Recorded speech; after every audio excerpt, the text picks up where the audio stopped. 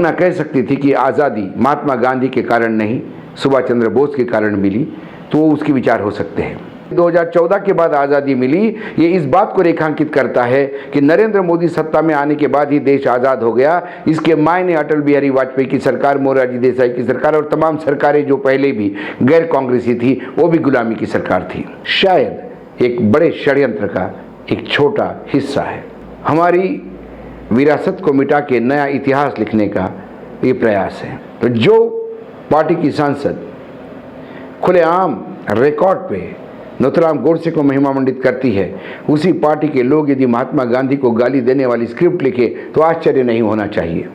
नमस्कार, स्वागत है आपका हिंद वॉइस में। लेकर आया हूं आपका अपना कार्यक्रम अशोक वानखड़े बोलता है। अशोक वानखड़े बोलता है तो फिर अशोक वानखड़े तोलता है, और इस बार तुलेगी भारतीय जनता पार्टी। भारतीय जनता पार्टी इसलिए कि भारतीय जनता पार्टी ने एक इशू पे मौन साध के रखा है, और साइलेंट इज अ कंसेंट कहा जाता है। मौन रखना इसका मतलब स्वीकृति देना तो नहीं।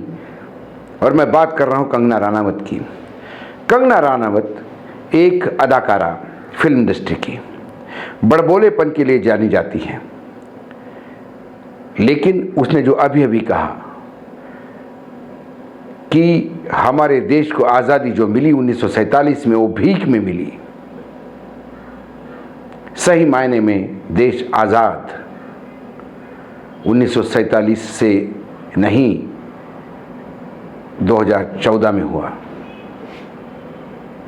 उसके बाद उसने कहा कि महात्मा गांधी की जो क्रेडिट दिया जाता है वो गलत है। सुभाष चंद्र बोस जैसे लोगों को हीरो मानना चाहिए, क्योंकि महात्मा गांधी यदि एक गाल पे लपड़ खाने के बाद दूसरा गाल सामने करने की बात करते हैं तो फिर ऐसे लोगों को भीख ही मिल सकती है। हमारे देश में बोलने की आज़ादी है, अधिकार है बोलने का, राइट टू एक्सप्रेशन, लेकिन वो अधिकार साथ में ये भी राइडर लेके चलता है कि आप जब कुछ बोलते हैं तो दूसरे को आप आहत नहीं कर सकते।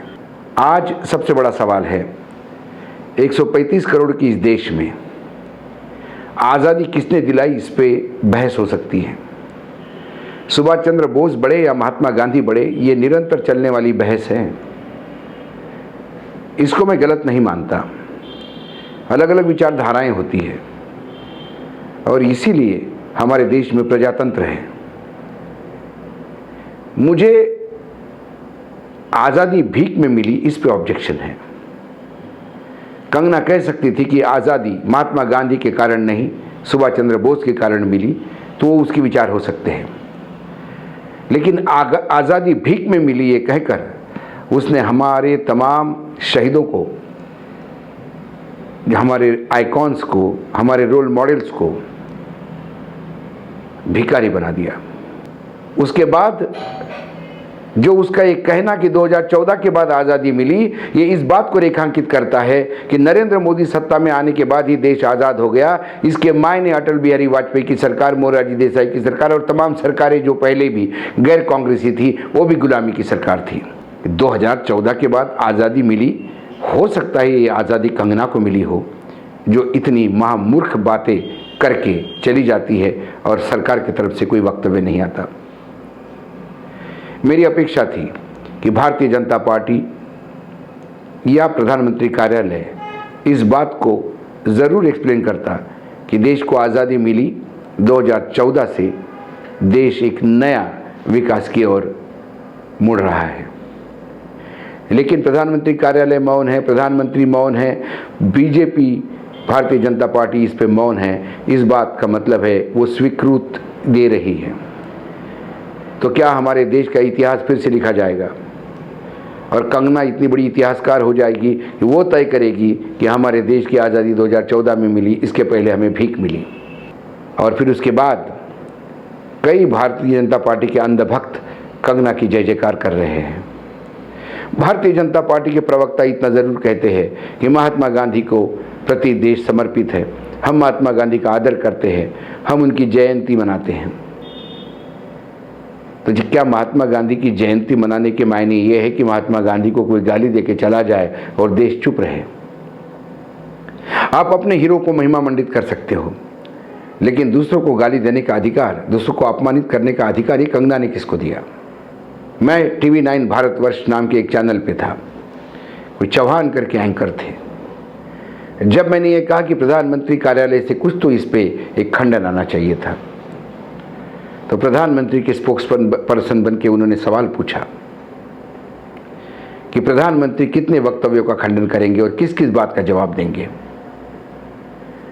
और जब मैं उत्तर देने लगा तो शायद उनको लगा कि मेरे पास उत्तर है, तो वो उस उत्तर से भाग गए, क्योंकि वो भी एक एजेंडे के तहत काम कर रहे थे। मेरा उस पर एक जवाब ये था कि हमारे देश में कितने लोगों को वाई कैटेगरी की सिक्योरिटी दी जाती है,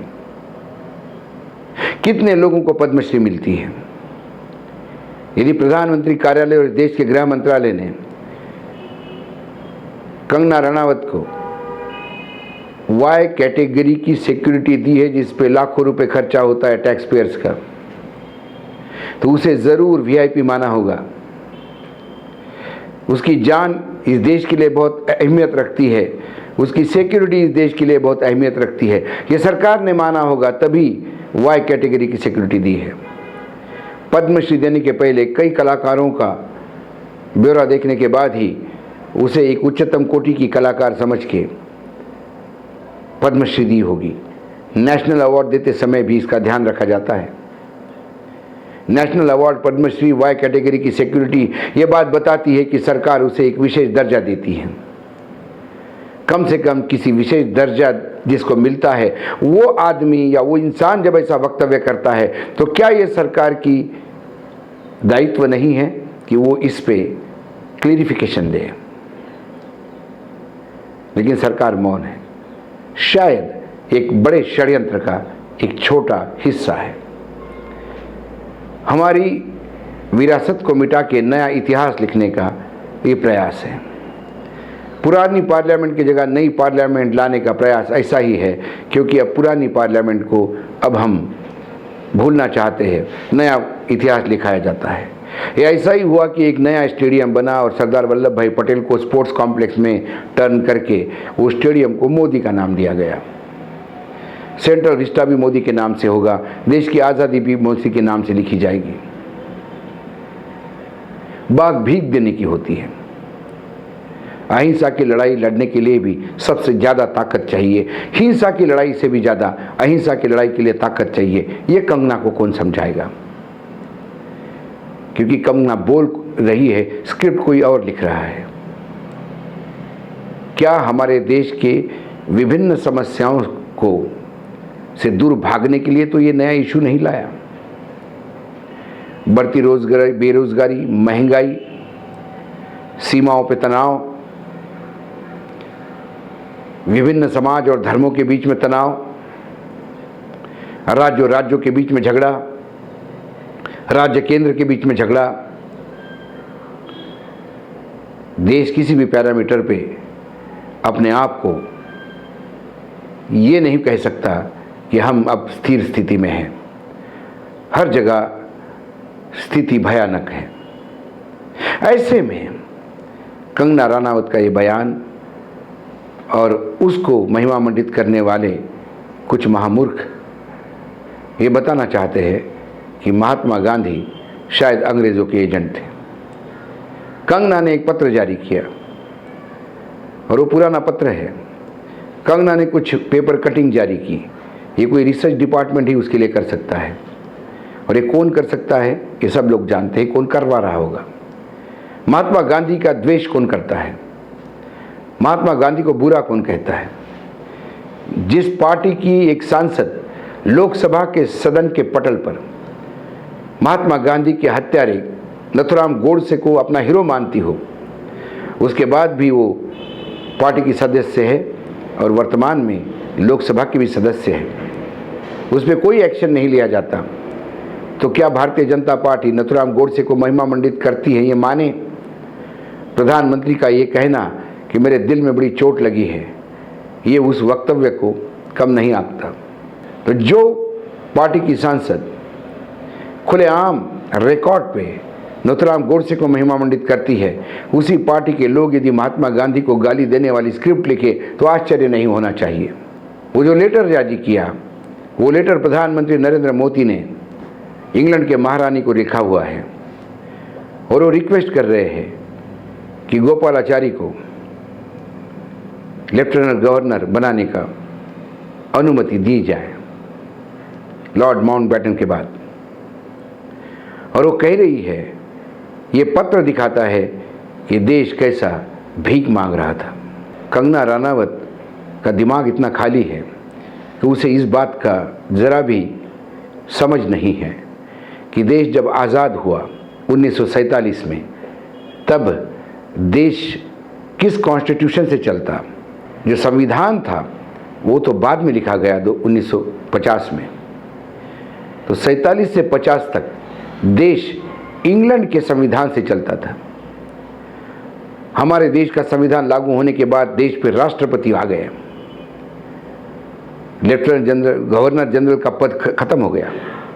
लेकिन जब आज़ादी मिली तब ना हमारे पास हमारी संविधान था, ना कुछ स्थिति हमारे पास बाकी कुछ चीज़ें थी। तो ये जब ट्रांसफ़र ऑफ पावर होता है, इसमें ये जो 2-3 साल का समय है, हम संविधान के इंग्लैंड के संविधान के हिसाब से चल रहे थे। और यही कारण है कि जब लॉर्ड माउंटबेटन वापस जा रहे थे तो दूसरे गवर्नर जनरल को अपॉइंट करने का जो अधिकार है वो इंग्लैंड के रानी का था। तो प्रधानमंत्री ने इंग्लैंड के रानी को पत्र लिखा, और पत्र की भाषा जो है आज भी हमारे यहाँ जब राष्ट्रपति की तरफ से कोई आदेश आता है तो वो भाषा भी वैसी ही होती है जैसी इंग्लैंड की रानी की भाषा हो। वो प्रोटोकॉल है, लेकिन ये समझने के लिए अकल भी चाहिए, इतिहास का ज्ञान भी चाहिए, पढ़ना लिखना भी चाहिए। लेकिन जब आपको भारत रत्न की लालसा हो, जब आपको राज्यसभा में आने की लालसा हो, जब आपको तुलसी जैसे ही मंत्री बनने की लालसा हो, तो फिर आप बेछूट वक्तव्य करते हो, महामूर्खतापूर्ण वक्तव्य करते हो, जो किसी एक राजनीतिक दल का एजेंडा हो सकता है। लेकिन ये भारत उपमहाद्वीप है, 135 करोड़ में 30% लोग हैं, 32-35% लोग हैं जो भारतीय जनता पार्टी को मतदान करते हैं। वो भी एक लहर के तहत मतदान हुआ। शायद उसके बाद मतदान के पैटर्न देखेंगे तो समझ में आ जाएगा कि यहाँ महिमा मंडन ज़्यादा होता है, लेकिन लोगों का साथ इतना नहीं। तो क्या 65% देश के लोग कोई मायना नहीं रखते? क्या उनके विचार और सोच मायना नहीं रखते?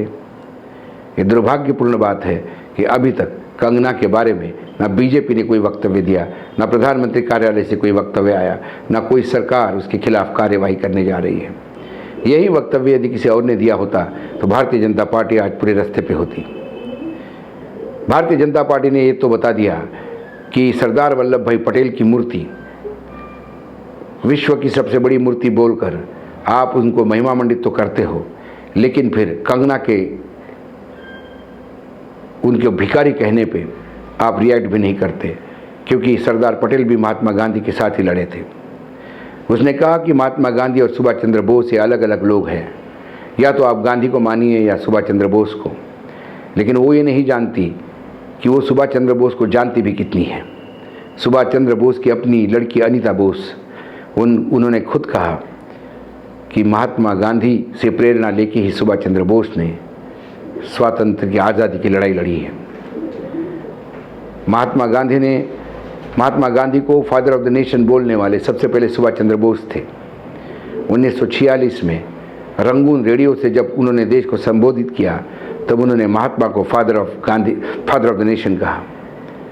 राष्ट्रपिता की पदवी सुभाष चंद्र बोस ने महात्मा गांधी को दी, और महात्मा गांधी ने अपने लेखों में अ प्रिंस ऑफ पैट्रियट यह पदवी नेताजी सुभाष चंद्र बोस को दी। उन्होंने नेताजी सुभाष चंद्र बोस के देशभक्ति पर उन्होंने कहा कि सुभाष चंद्र बोस की देशभक्ति शायद ही किसी देश के किसी दूसरे देशभक्त से कम होगी। दोनों की विचारधाराएं अलग थी, लेकिन दोनों एक दूसरे को पूरक थे। यदि आज इन दोनों को लेकर देश को बांटने की बात कर रही है तो ये कंगना रनावत के बैंकरप्सी दिवालियापन दिमाग का है, उस पर हंसी आती है। लेकिन करे तो क्या करें, देश उस पर भी चर्चा कर रहा है, इसलिए आप तक ये बात लाना ज़रूरी थी। आज इतना ही, लेकिन देखते रहिए हिंद वॉइस।